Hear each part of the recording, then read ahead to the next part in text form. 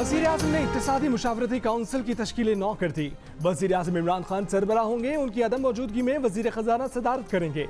Council में साबिक़ मुशीर ख़जाना शौकत तरीन और सलमान शाह, मारूफ बैंकर सुल्तान अली अलाना, मारूफ सरमायाकार आरिफ हबीब और मोहम्मद अली टब्बा और स्टेट बैंक के 2 साबिक़ गवर्नर डॉक्टर शमशाद अख्तर और सलीम रजा भी शामिल होंगे।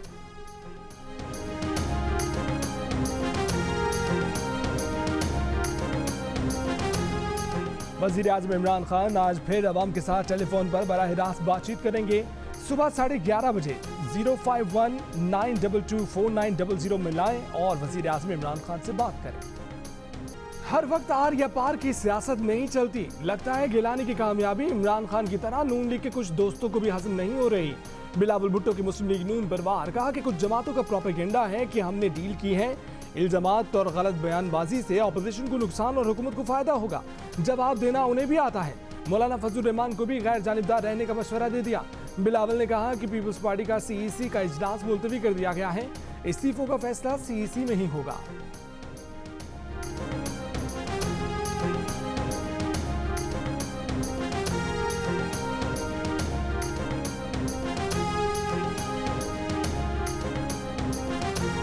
पीपल्स पार्टी की बेअसूली बर्दाश्त नहीं की जाएगी। पीपल्स पार्टी के पास वक्त है। अगर वो सेनेट में अपोजिशन लीडर चाहते हैं तो मामला पीडीएम के सामने रखें।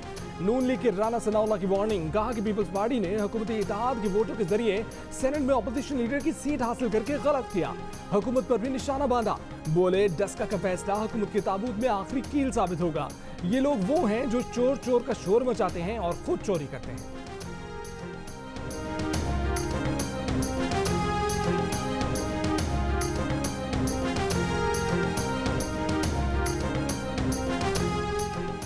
एमकेएम पाकिस्तान के कन्वीनर खालिद मकबूल सिद्दीकी ने कहा है कि मरीम नवाज को एनआरओ की बजाय इंसाफ देना चाहिए।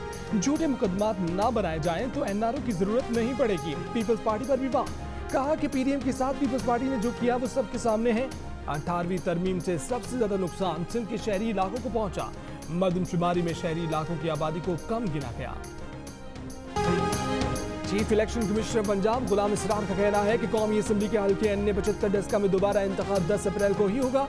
मुतनाज़ पोलिंग स्टेशन का अमला तब्दील कर दिया गया है। इलेक्शन पुरअमन तरीके से कराया जाएगा। हसास पोलिंग स्टेशन पर कैमरे नस्ब किए जाएंगे। सुप्रीम कोर्ट ने गुज़श्ता रोज तहरीक इंसाफ की दोबारा पोलिंग रोकने की दरख्वास्त मुस्तरद कर दी थी।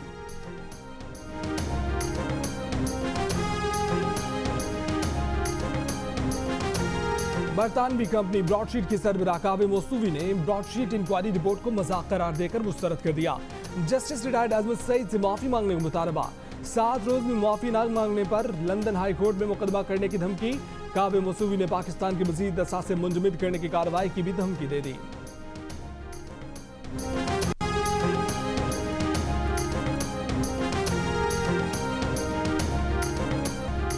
शुगर मिल्स के जरिए मनी लॉन्ड्रिंग का केस, जहांगीर तरीन फट पड़े। कहा कि सिर्फ जहांगीर तरीन की शुगर मिल का मामला क्यों उछाला जा रहा है? क्या बाकी 80 शुगर मिल्स में कोई इशू नहीं है? जानबूझकर एफआईए को केस दिया गया। मनी लॉन्ड्रिंग का लफ्ज डालकर उसे क्रिमिनल केस बनाया गया। तीनों मुकदमात का चीनी की कीमत बढ़ने से कोई ताल्लुक नहीं। कंपनी के 10 साल कबल के फैसले को चैलेंज करना एफआईए का काम नहीं। लगता है कि मंसूबे के तहत चीजें लीक की जाती हैं। चीनी स्कैंडल केस में जहांगीर तरीन और अली तरीन की 10 अप्रैल तक अबूरी जमानत मंजूर। जाली बैंक अकाउंट्स केस में बैंकिंग कोर्ट ने भी 7 अप्रैल तक अबूरी जमानत मंजूर कर ली।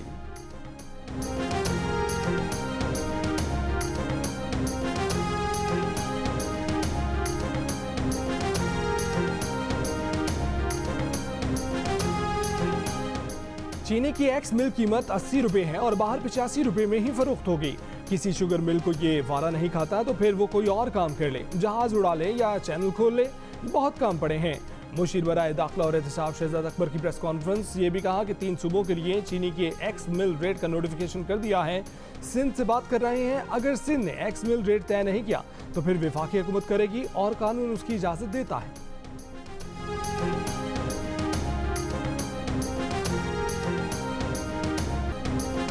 मुस्लिम लीग नून के रहनुमा शाहिद खाकान हुकूमत पर बरस पड़े। कहा कि क्या 2 रुपए किलो सस्ती चीनी के लिए कश्मीर का सौदा कर लिया?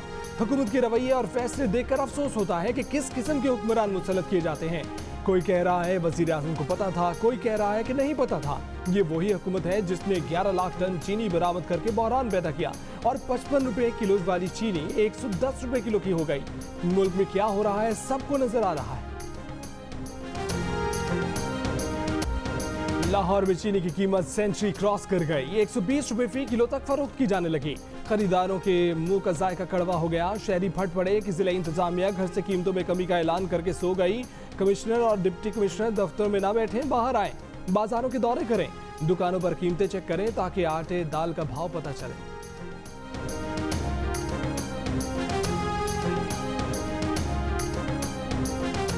इस्लामाबाद हाई कोर्ट में दोहरी शहरियत छुपाने पर फैसल वारा के खिलाफ दाखिल केस की इंट्रा कोर्ट अपील समाअत के लिए मुकर्रर।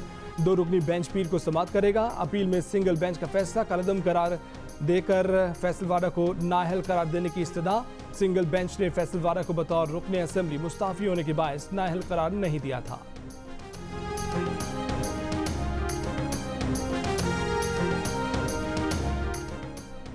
हफ्ते से मुल्क भर में 65 साल की उम्र के अफराद की वॉक इन वैक्सीनेशन का आगाज हो गया। शनाख्ती कार्ड की शर्त लाजमी। 60 साल से जायद उम्र के अफराद को कोरोना वैक्सीन की दूसरी खुराक भी लगाई जा रही है। कराची के मुख्तलिफ निजी अस्पतालों में रूस से दरामद शुदा कोरोना से बचाव के लिए वैक्सीन लगाना शुरू कर दी गई। वैक्सीन लगवाने वालों का पैगाम है कि पाकिस्तान में मामूल की जिंदगी की वापसी चाहते हैं तो वैक्सीन को हाँ, कोरोना को ना।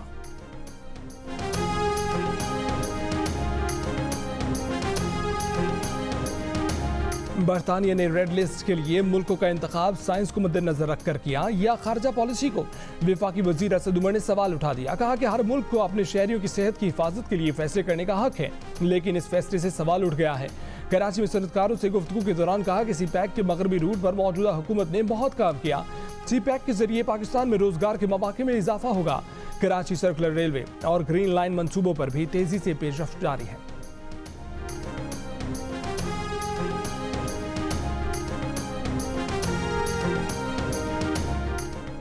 कोरोना का फैलाव रोकने के लिए हफ्ते में 2 रोज मार्केट बंद रखने के अहकाम के बाद कराची में हफ्ते को बाजार बंद।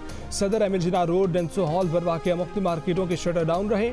इस्लामाबाद में मामला 50-50 रहा, कहीं दुकानें बंद रहीं, कहीं कारोबार चलता रहा। फैसलाबाद में मजीद 56 शॉपिंग मॉल्स और 34 रेस्टोरेंट सील। मास्क न पहनने वाले 15 अफराद भी जेर हिरासत। मुल्तान में 28 दुकानों और एक रेस्टोरेंट को सील कर दिया गया।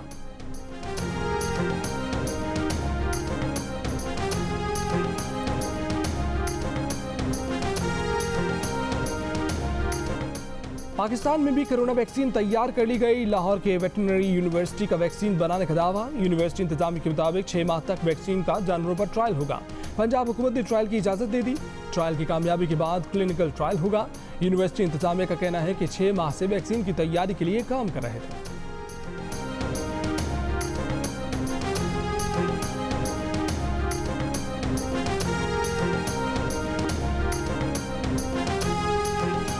दहशतगर्दों की मौजूदगी की इतला पर शुमाली वजीरिस्तान के इलाके बोया में ऑपरेशन। ISPR के मुताबिक फायरिंग के तबादले में दहशतगर्द अशरफुल्ला उर्फ तूफानी हलाक हो गया।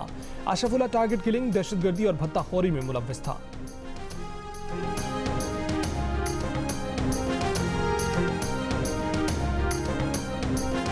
कराची के इलाके पाक कॉलोनी में सरिया फैक्ट्री में बॉयलर फटने से 3 मुख्तलिफ मकामात पर आहनी चीजें आ गिरीं। एक मजदूर जख्मी। पुलिस का कहना है कि पुलिस के मुताबिक कब्रिस्तान में बॉयलर के टुकड़े आ गिरे, आसमान से कोई चीज नहीं गिरी।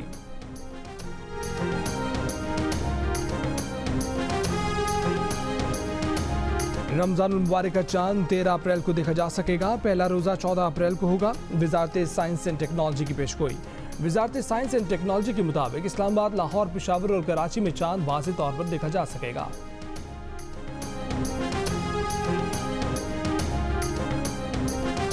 गुजरावाला की स्मॉल स्टेट फैक्ट्री में आग लग गई। आग बुझाने के लिए दूसरे शहरों से भी गाड़ियां मंगवा ली गईं। रेस्क्यू ऑपरेशन में हिस्सा लेने वाली गाड़ियों की तादाद 16 हो गई।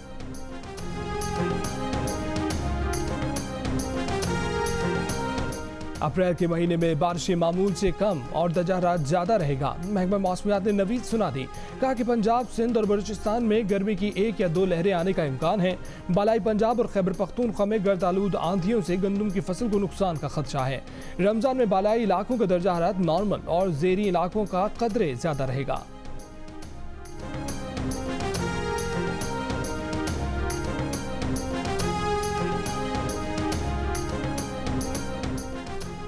खैराज तहसीन पेश करने का मुनफरिद अंदाज। भारतीय आर्टिस्ट ने पाकिस्तानी गुलकार शौकत अली का मुजस्मा तैयार कर लिया।